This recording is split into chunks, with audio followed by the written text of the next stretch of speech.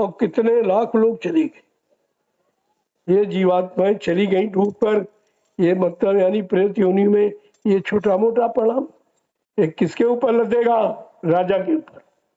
ये बाहर राजा के ऊपर ढोना पड़ेगा, उसे करोड़ों वर्ष तक ये अपराध की क्षमा नहीं मिलेगी, एक एक करके उसे देना पड़ेगा। ऐसा नहीं है, समझो। प्रजा राजा के लिए, पहले तो राजा पेट से पैदा होता था माँ की, अब नहीं, अब तुम्हारे द्वारा पैदा होता। जहां तुम मोहर लगाते हो वही राजा पैदा। पहले जो राजा करता था वो स्वयं भोगता था, स्वयं सजा मिलती थी। अब नहीं है, अब तुमने बनाया है और जो जो कुछ करेगा अच्छा बुरा उसके परिणाम में आपको हिस्सा लेना पड़े, साझेदार आप रहेंगे। इसलिए जनता रो रही, इस समय देख लो। जो राजा ने वो आपने राजा बनाया और राजा जो ने किया है, सारी जनता रो रही, कोई नहीं सुख। भारत का बच्चा बच्चा बेचारा रो रहा है। वो नौकरी चाकरी काम तो चला गया, जिंदगी समाप्त हो गया जाएगी, घर बैठे बैठे रिटायर हो जाएंगे, तो पढ़ाई लिखाई का मतलब क्या? कोई है पूछने वाला? तो फिर भी आंख बंद करके चले जा रहे उधर ही। तो राजा कब उसको होश आएगा?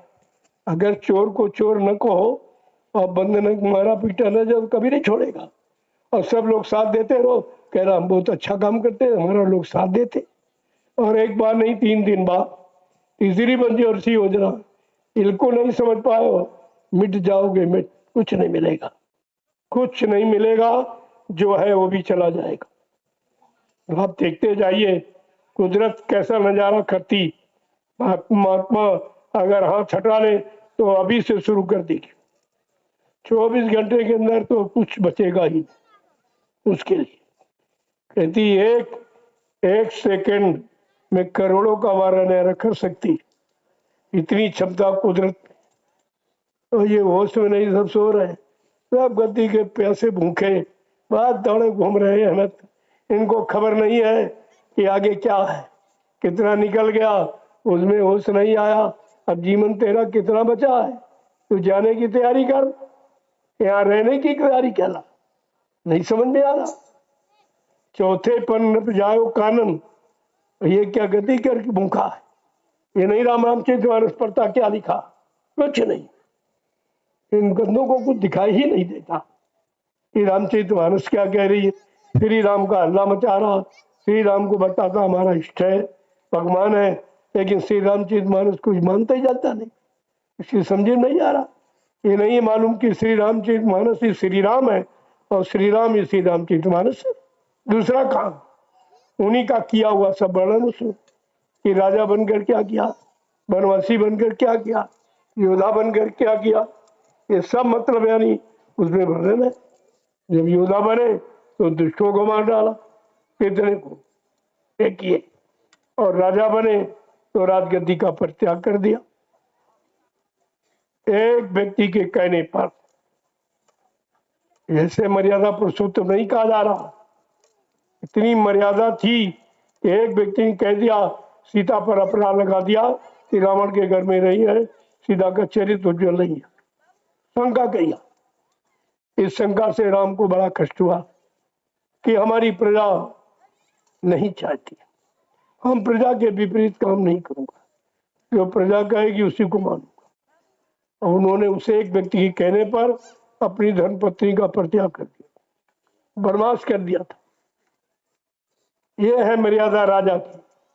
ये श्री राम के पुजारी ये कर सकते, इनके बस का ये, इनका बस का ये तो गद्दी का भूखा। ये श्री राम चित्तमानस या श्री राम की बात को समझ सकता है? बड़ा कठिन है।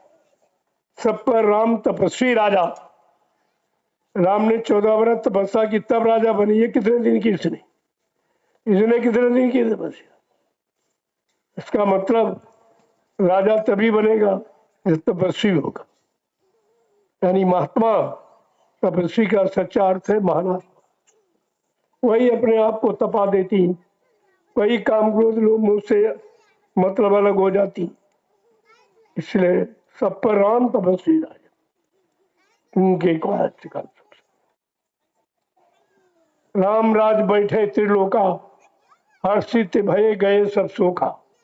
जिस दिन राम ने गद्दी स्वीकार की है, सारे सुख आ गए। इन नेताओं ने जितने लोग गद्दी पर बैठे सारे दुख बुला लिए। बिल्कुल उल्टा हो रहा।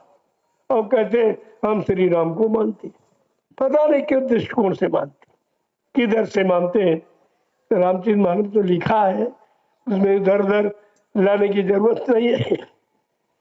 जो लिखा उसको मानो, वो तो इनके बस का है नहीं। तो लोकीनाथ जब बैठे राजगद्दी पर, हर्षित भये गए सब। जितने शोक संदेह बुलबरम थे, दुख तकलीफ आफत मुसीबत बीमारी महामारी सब चली गई उनके राजगद्दी पर बैठते। इन नेताओं के राजगद्दी पर बैठते सारे दुख आ गए, सारे तकलीफें बीमारियां महामारियां लड़ाई झगड़े ये दुर्घटनाएं अकाल मौतें सब टूट पड़ी। ये देख लो राज, ये राज, ये भारतवर्ष, ये धार्मिक भूमि है।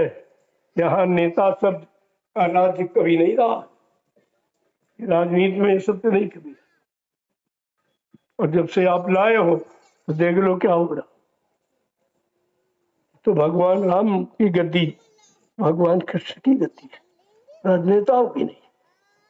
आप नहीं माने ले आए तो देख लो क्या हो रहा। प्रणाम भी आपके सामने, और मैं समय समय साथ संकेत करता हूँ, खोल के मैं कहता हूँ, छिपाता नहीं हूँ, क्योंकि हमको कोई डर नहीं है, हमको कोई भय नहीं सत्य बात कहने में। और जो लिखित है ग्रंथों में, कैसे कोई झूठ कह देगा। आप ना मानो तो क्या झूठ हो जाएगी।